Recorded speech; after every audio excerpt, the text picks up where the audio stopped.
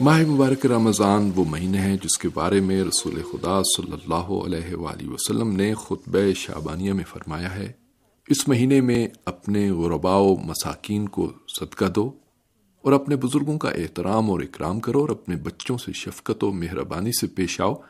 اور صلہ رحم کرو اور اپنی زبان کی حفاظت کرو اور اپنی آنکھوں کو ان چیزوں سے محفوظ رکھو جن کا دیکھنا حرام ہے اور اپنے کانوں کی ان چیزوں سے حفاظت کرو جن کا سننا حرام ہے، اور دوسروں کے یتیموں سے محبت سے پیش آؤ تاکہ تم سے محبت کی جائے اور اللہ کی بارگاہ میں گناہوں سے توبہ کرو۔ ماہ مبارک رمضان میں باران رحمت کا سلسلہ ہمیشہ سے زیادہ جاری رہتا ہے۔ یہ وہ مہینہ ہے کہ جو سراسر محبت و الفت، رحمت و شفقت اور امید و نعمت ہے۔ اللہ تعالیٰ اس مہینے میں کمزوروں کو ایسی راہ میں قدم اٹھانے کی ترغیب دیتا ہے کہ جس کا نتیجہ رضا الہی اور بہشت بری ہے، ایک ایسا راستہ کہ جس پر تنہا چل کر منزل مقصود پر پہنچنا شاید مشکل ہو، لیکن اللہ تعالیٰ نے اس مہینے میں روزے کے ذریعے سب کی مدد کی ہے، چاہے وہ گناہگار ہوں یا وہ نیکوکار۔ یاد خدا اور ذکر خدا کے سوا یہ لوگ کچھ بھی نہیں سوچتے۔ روزہ کمزور طبقے سے ہمدردی و یکجہتی کا جذبہ بیدار کرتا ہے۔ روزہ دار کی عارضی بھوک اور پیاس سے اس کے لطیف احساسات و جذبات بیدار ہو جاتے ہیں اور وہ غریبوں اور فقیروں کی بھوک، پیاس اور ضرورت کو بہتر طور پر درک کرتا ہے، اور اس کی زندگی میں ایسا راستہ کھل جاتا ہے کہ پھر وہ اپنے ماتحتوں کے حقوق کو پامال نہیں کرتا اور محروموں کے رنج و تکلیف سے غافل نہیں رہتا۔ فرزند رسول حضرت امام جعفر صادق علیہ السلام سے متعلق ایک معروف روایت ہے کہ خلیفہ وقت ہشام بن حکم نے حضرت امام علیہ السلام سے روزے فرض کیے جانے کے اسباب کے بارے میں سوال کیا تو آپ نے فرمایا، روزہ اس بنا پر واجب ہے کہ غریبوں اور فقیروں کے درمیان مساوات قائم ہو، اور اس کی وجہ یہ ہے کہ مالدار بھوک کا مزہ چکھیں اور فقیروں کے حقوق ادا کریں، کیونکہ عمراء معمولاً جو بھی چاہتے ہیں ان کے لیے فراہم ہو جاتا ہے۔ اللہ تعالیٰ چاہتا ہے کہ اس کے بندوں کے درمیان مساوات قائم ہو اور بھوک، پیاس اور رنج و تکلیف کا مزہ دولت مند بھی چکھیں تاکہ وہ کمزوروں اور بھوکوں پر رحم کریں۔ ماہ مبارک رمضان میں رحمت الہی کے دروازے پوری طرح کھلے ہوتے ہیں اور سب کو اپنی رحمت و کرامت کے دسترخوان کی جانب دعوت دیتے ہیں، ایک ایسا دسترخوان کہ جس پر غریب و فقیر اکٹھے ہوتے ہیں اور سب ایک دوسرے کے مسائل و مشکلات حل کرنے کے لیے دست دعا بلند کرتے ہیں۔ دعائیں محبت و دوستی اور تمام انسانوں پر توجہ کی علامت ہوتی ہیں، چاہے ان کا دین و مذہب کچھ بھی ہو۔ ان دعاؤں میں ایک رمضان کی مخصوص دعا بھی ہے جس میں آیا ہے، اللہم ادخل علی اہل القبور السرور، یعنی اے اللہ تمام مردوں پر خوشی و مسرت نازل فرما۔ اللہم اغن کل فقیر، اللہم اشب کل جائع، اے اللہ تمام ضرورت مندوں اور محتاجوں کو بے نیاز فرما۔ اللہم اکس کل عریان، اے اللہ ہر بے لباس کو لباس عطا کر۔ اللہم اقض دین کل مدین، اے اللہ ہر مقروض کے قرض عطا کر۔ اللہم فرج عن کل مکروب، اے اللہ ہر غمزدہ کا ہم و غم دور فرما۔ اللہم رد کل غریب،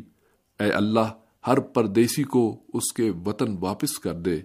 اللہم فکا کل اسیر، اے اللہ ہر قیدی کو آزاد کرا دے۔ اللہم اصلح کل فاسد من امور المسلمین، اے خدا مسلمین کے تمام بگڑے کام بنا دے۔ اللہم اشف کل مریض، اے اللہ ہر مریض کو شفا دے دے۔ اللہم غیر سوء حالنا بحسن حالک، اے اللہ ہماری بدحالی کو اچھی حالت میں تبدیل کر دے۔ یہ دعا پوری طرح ایک اجتماعی اور سماجی دعا ہے کہ جو تمام ضرورت مندوں کے لیے ہے، چاہے وہ کسی بھی دین، آئین، رنگ، نسل اور زبان کے حامل ہوں۔ ایک مسلمان تمام انسانوں کی مدد کو اپنا فرض سمجھتا ہے اور اس کے لیے اس بات سے کوئی فرق نہیں پڑتا کہ جس کی وہ مدد کر رہا ہے وہ مسلمان ہے یا نہیں، یا وہ دنیا کے کس علاقے یا خطے میں زندگی گزارتا ہے، بلکہ وہ خود کو تمام انسانوں کی مدد کا پابند سمجھتا ہے۔ وہ انانیت اور خود پرستی کے خول سے باہر نکل چکا ہوتا ہے اور جو بھی طلب کرتا ہے وہ سب کے لیے طلب کرتا ہے۔ لہذا ماہ رمضان کی دعاؤں میں کل کا لفظ سب کے معنی میں آتا ہے کہ اے اللہ تمام ضرورت مندوں کی ضرورت پوری فرما، تمام بھوکوں کو سحر کر، وغیرہ وغیرہ۔ سبحان اللہ العظیم و بحمدہ سبحان اللہ العظیم وبحمدہ ولا حول ولا قوة إلا بالله العلي العظيم العلي العظيم۔ در حقیقت اس دعا کا دائرہ لطف و کرم اتنا وسیع ہے کہ نہ صرف دنیا کے تمام انسانوں کو اس میں شامل کیا گیا ہے، بلکہ تمام حد و حدود کو مٹا کر انسانوں کے درمیان ہر طرح کے فرق کو ختم کر دیا گیا ہے۔ حتیٰ اس میں ماضی کے لوگوں کو بھی شامل کیا گیا ہے اور ان کے لیے خوشی و مسرت طلب کی گئی ہے۔ اللہم ادخل علی اہل القبور السرور، یعنی خدایا تمام مردوں پر خوشی و مسرت نازل فرما۔ اسلام میں مال و دولت کی مساوی تقسیم یا اس میں توازن پیدا کرنے کی بھی نصیحت کی گئی ہے۔ انفاق اسی وقت اپنے کمال پر پہنچتا ہے جب انسان مال سے محبت کی خواہش کو کچل دے۔ بعض افراد کا خیال ہے کہ انسان مال سے محبت کی خواہش کو کچل دے، بعض افراد کا خیال ہے کہ دوسروں کی مدد اسی وقت روا ہے جب انسان کو خود اس مال کی ضرورت نہ ہو، لہذا اگر انسان خود ضرورت مند ہو تو دوسروں کی مدد جائز نہیں ہے،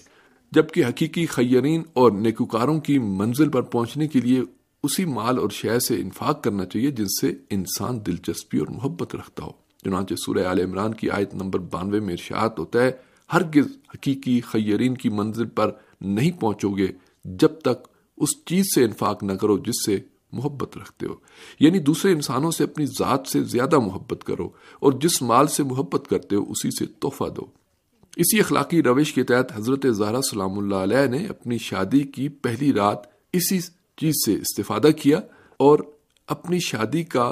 جوڑا فقیر کو دے دیا، اور جب پیغمبر اسلام صلی اللہ علیہ وآلہ وسلم کو پتہ چلا تو آپ نے حضرت زہرا سے فرمایا، تمہارا نیا لباس کیا ہوا؟ تو حضرت فاطمہ سلام اللہ علیہ نے جواب دیا کہ جب سائل نے سوال کیا تو مجھے قرآن کریم کی یہ آیت یاد آ گئی کہ جس چیز کو پسند کرتے ہو اس سے انفاق کرو، لہذا میں نے اپنی شادی کا نیا جوڑا فقیر کو دے دیا۔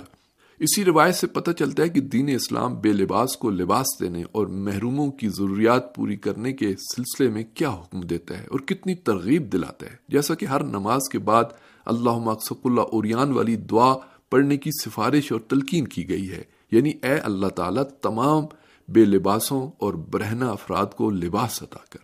اس دعا میں ایک مقام پر آیا ہے کہ اللہم فرج عن کل مکروب، اے اللہ تمام غمزدہ کی مشکل آسان کر۔ اصولی طور پر ایک ایسا معاشرہ جس کے افراد غمزدہ نہیں ہوتے وہ ایک مضبوط اور مستحکم معاشرہ ہوتا ہے، اور اس معاشرے کے عوام کبھی بھی تخریب، بد نظمی، افراتفری اور جھگڑوں وغیرہ جیسی برائیوں میں مبتلا نہیں ہوتے، اور ہمیشہ اپنے اور دوسروں کے چین اور آرام کے لیے کوشش کرتے ہیں۔ ایک خوش و خرم معاشرے کے عوام اللہ تعالیٰ سے زیادہ قریب ہوتے ہیں، لہذا پیغمبر اسلام فرماتے ہیں جو کسی مومن کو خوش کرے گا وہ مجھے خوش کرے گا، اور جس نے مجھے شاد کیا اس نے اللہ تعالیٰ کو شاد کیا۔ یہ خوش کرنا جیسے غریب کو کھانا کھلانا یا غریب کی مدد کرنا، کسی مسافر کو اس کی منزل تک پہنچانا اور قرض دینا وغیرہ ایسے مقامات ہیں کہ جو عوام کے مسائل و مشکلات کو حل کرنے کا باعث بنتے ہیں۔ اس دعا میں محبت و مہربانی کے عنوان سے مسلمان غریبوں اور غیر مسلم غریبوں کے درمیان کوئی فرق نہیں کیا گیا ہے، اور یہ نقطہ سورہ انسان یا دہر میں بخوبی نظر آتا ہے۔ واقعہ یوں ہے کہ اہل بیت رسول صلی اللہ علیہ وآلہ وسلم یعنی حضرت علی، حضرت فاطمہ سلام اللہ علیہ، حضرت حسن اور حضرت حسین علیہ السلام جب روزہ رکھتے ہیں اور اپنا افطار 3 ضرورت مندوں کو دے دیتے ہیں، یہ تینوں ضرورت مند قرآن کے الفاظ میں مسکین، یتیم اور اسیر ہیں۔ اس انفاق کا قابل غور نقطہ قیدی کی مدد کرنا ہے۔ اس دور میں اسلام و کفر کے درمیان ہونے والی جنگوں کے پیش نظر اس میں کوئی شک نہیں کہ وہ اسیر وہی کافر تھا کہ جو اسلام کو مٹانے اور اس کی تباہی و بربادی چاہتا تھا، اور اسی مقصد کے لیے سپاہ اسلام کے خلاف جنگ لڑ رہا تھا اور گرفتار کر کے قیدی بنا لیا گیا تھا۔ لیکن اہل بیت پیغمبر خود روزے سے ہونے اور غذا کی سخت ضرورت کے باوجود اپنا افطار قیدی کو دے دیتے ہیں، لہذا تمام قیدی اس دعا میں شامل ہیں۔ ماہ رمضان نزول قرآن کا مہینہ ہے اور نور قرآن اور اس کی ہدایت کرنے پر قادر و توانا ہے۔ شیطانی صفات کی جگہ صفات رحمانی لے لیتے ہیں، یعنی خیانت کی جگہ امانت، دشمنی کی جگہ محبت، کفر کی جگہ ایمان، برائی کی جگہ اچھائی، مایوسی کی جگہ امید، چاپلوسی کی جگہ توکل، اور مجموعی طور پر نفسانی خواہشات کی جگہ اللہ تعالیٰ کی مرضی لے لیتی ہے، اور ہماری بدحالی کی جگہ خوشحالی لے لیتی ہے۔ بدحالی یا بری حالت شیطانی اعمال اور نفسانی خواہشات کے افکار کا مجموعہ ہوتے ہیں، اور اس کی تبدیلی کے لیے اللہ سے دعا کرنا چاہیے جو اپنے بندوں پر مہربان ہے۔ لہذا اس دعا میں آیا ہے اللہم غیر سوء حالنا بحسن حالک، خدایا ہماری بری حالت کو اچھی حالت میں تبدیل کر دے۔ سامعین، آخری بات یہ ہے کہ یہ دعا آئیڈیل معاشرے کو بیان کرتی ہے کہ جو انسان کی دیری نہ خواہش ہے۔ تمام انبیاء، الہی پیشوا، صالح انسان اور اولیاء الہی نے اسی طرح کے معاشرے کی تشکیل کے لیے کوشش کی اور اپنی جان قربان کر دی، لیکن مختلف وجوہات کی بنا پر ایسا معاشرہ تشکیل نہ پا سکا۔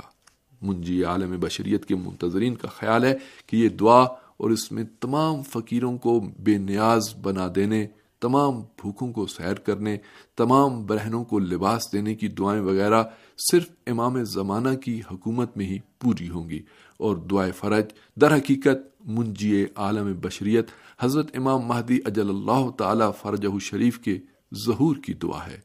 سامعین، اسی کے ساتھ ہی پروگرام کا وقت ختم ہوتا ہے۔ اگلے پروگرام تک کے لیے اجازت دیجیے۔ خدا